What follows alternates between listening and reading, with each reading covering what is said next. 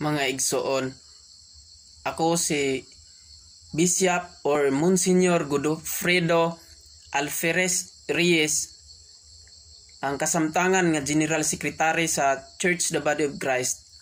Ako mga igsoon naghangyo sa inyong tagsa-tagsa kakasing-kasing sa pag-click sa subscribe button o pag-like or even pag-share ni ini nga maong video. Alang kini sa kalambuan sa simbahan nga mao ang iglesia, ang lawas ni Kristo.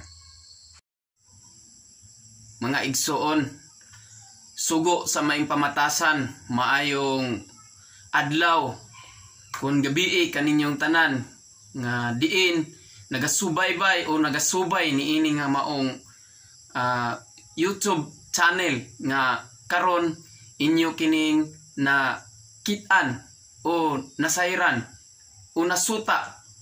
Mas labaw namong i kalipay nga makadungog kamo o masayod kamo sa kamatuoran pinaagi gayod sa balaang kasulatan. Kini maigsuon nga iglesia ang lawas ni Kristo. Kung Church the Body of Christ registered in the Securities and Exchange Commission ni adtong March 17, 1966 sa rehistro numero 28999, usa ka world mission nga simbahan nga mo nagasumikad ni ining nasud sa Pilipinas. Kay usa ka panan-awon mga kaigsuunan diha sa balaang kasulatan og pulong sa Dios nagaabuhi o iyang gibuhian panahon ni Propeta Ezekiel Kapitulo 40 versikulo 2. Ezekiel Kapitulo 40 versikulo 2 nagaingon, sa maong panan-awon gidala ako ngadto sa Israel, didto gibutang ako niya ibabaw sa usa ka habog kaayong bukid. Dihin atbang kanako nakita ko ang hulagway sa usa ka syudad.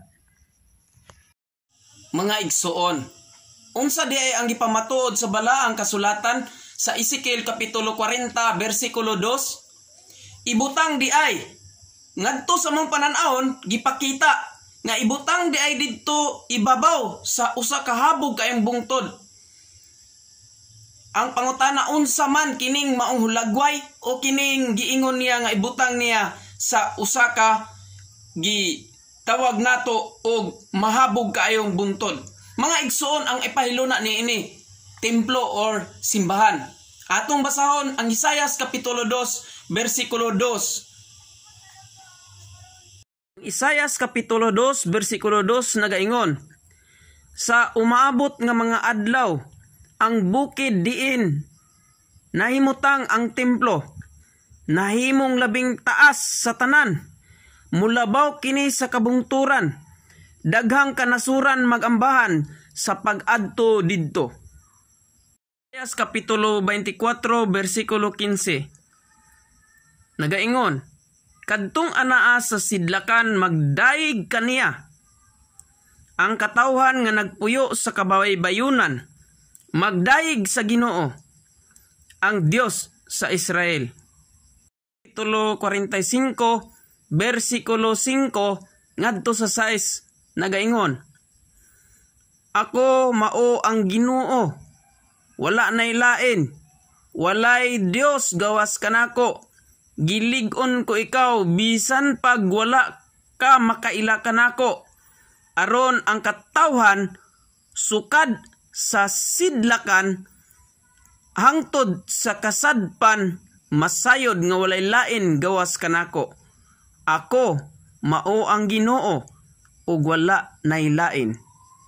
Zakarias 8:7 nagaingon, luwason ko gayod ang akong katawhan gikan sa mga nasod sa sidlakan ug sa mga nasod sa kasadpan.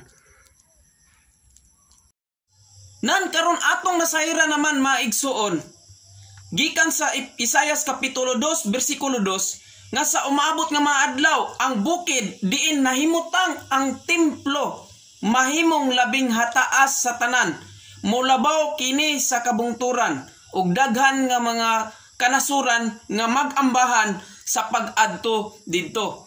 Busa ang pangutanan na usab mga kaigsuunan.